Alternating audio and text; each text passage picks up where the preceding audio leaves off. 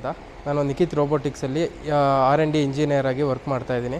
ನಮ್ಮ ಹತ್ರ ಇವಾಗ ಒಂದು SS ಕಾಂಪೋನೆಂಟ್ ಇದೆ. ಆ ಕಾಂಪೋನೆಂಟು V-Groove-ಅಲ್ಲಿದೆ. ನಮಗೆ ಆ ಕಾಂಪೋನೆಂಟು ನಮಗೆ RT ಪಾಸ್ ಆಗಬೇಕು.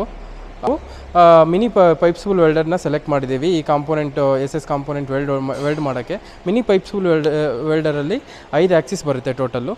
X, Y, Z, component rotary and wire feeder Axis ಬರುತ್ತೆ. ಇದನ್ನ ನಾವು ವೆಲ್ಡ್ ಮಾಡಬೇಕು. ಇವಾಗ ಇದರಲ್ಲಿ V-Groove ಇದೆ.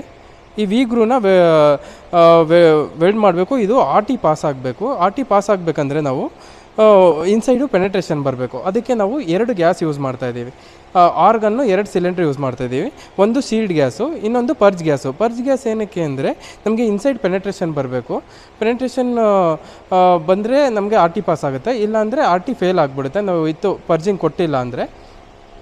ಇವಾಗ ಕಾಂಪೋನೆಂಟ್ ಲೋಡ್ ಮಾಡಿದ್ದೀನಿ. ಲೋಡ್ ಮಾಡಿ ನಾವು ಆಲ್ರೆಡಿ ಮಿಷಿನಲ್ಲಿ ಟೀಚ್ ಮಾಡಿದ್ದೀನಿ. ಆ ಟೀಚ್ ಮಾಡಿರೋದನ್ನ ನಾವು ಇವಾಗ ಸೀಕ್ವೆನ್ಸ್ ಆನ್ ಮಾಡ್ತೀನಿ. ಆನ್ ಮಾಡಿದಾಗ ನಾನು ಟೀಚ್ ಮಾಡಿರೋ ಪಾಯಿಂಟಿಗೆ ಆಟೋಮೆಟಿಕ್ ಅಲ್ಲಿ ಮೂವ್ ಆಗುತ್ತೆ. ಎಲ್ಲ ಆ್ಯಕ್ಸಿಸ್ಸು ಮೂವ್ ಆಗಿಬಿಟ್ಟು ವೆಲ್ಡ್ ಸ್ಟಾರ್ಟ್ ಆಗುತ್ತೆ.